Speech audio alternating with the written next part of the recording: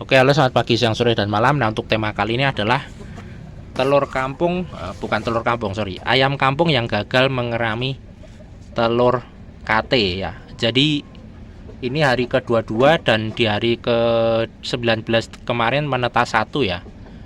Dari 10 butir ini tinggal sisa 4 butir aja yang masih ada. Jadi kemungkinan telurnya bisa pecah, bisa dicuri tikus, bisa mungkin dimakan indukannya ini. Kalau dia merasa bahwa telurnya itu tidak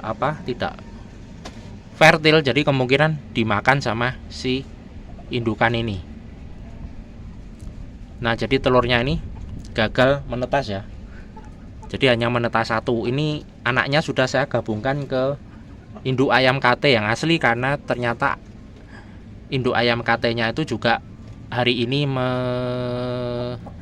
telurnya menetas. Jadi anaknya tuh masih bisa digabung karena usianya hanya terpaut jarak 1 hari saja, jadi masih bisa digabung.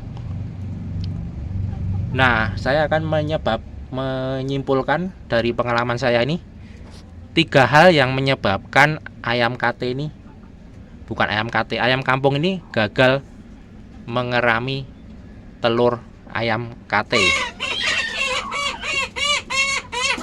Nah, yang pertama itu adalah karena faktor cuaca ya. Jadi di hari keberapa itu, ke-15 atau ke-16 itu, di sini mengalami hujan angin. Jadi hujan angin itu kemungkinan menyebabkan ininya jadi kemasukan air kemudian menjadi basah ya. Karena ini itu posisinya adalah outdoor ya. Nah, di sini sudah kena udara langsung. Dan ini hanya pelindungnya dari sini aja nih, pelindung untuk tidak terkena sinar matahari dan air hujan. Tetapi kalau misalnya hujan angin, dia bisa masuk.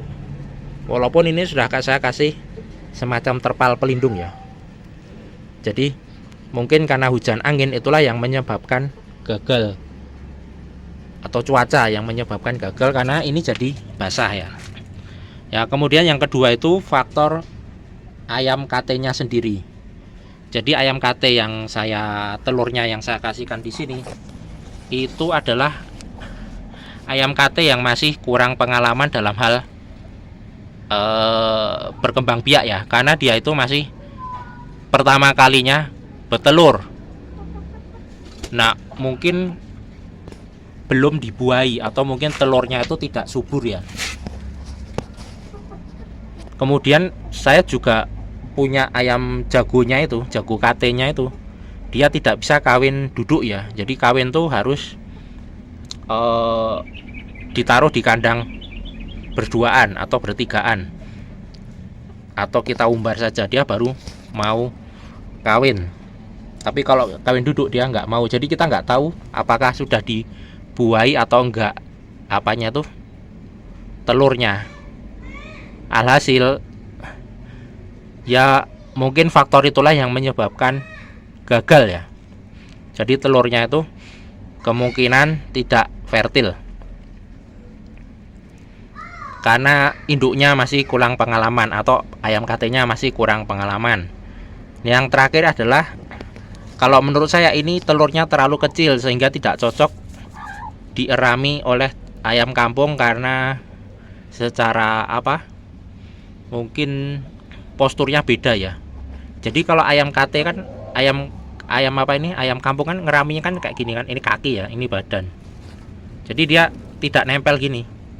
Nah, di sela-sela sini dia ada telur. Biasanya kalau ayam telurnya pas, dia lengket, susah sekali diambil, lengket di sini. Tetapi kalau untuk telur kampung dia masih ada rongga, contohnya ya, misalnya ini ya. Ini misalnya kan. Nah, kalau misalnya telurnya kampung dia lengket kayak gini, tapi telur KT dia ada semacam rongga kayak gini. Nah, inilah yang membuat mungkin kondisinya atau suhunya itu menjadi tidak stabil. Yang kedua, karena diganggu anaknya juga, mantan anaknya maksudnya.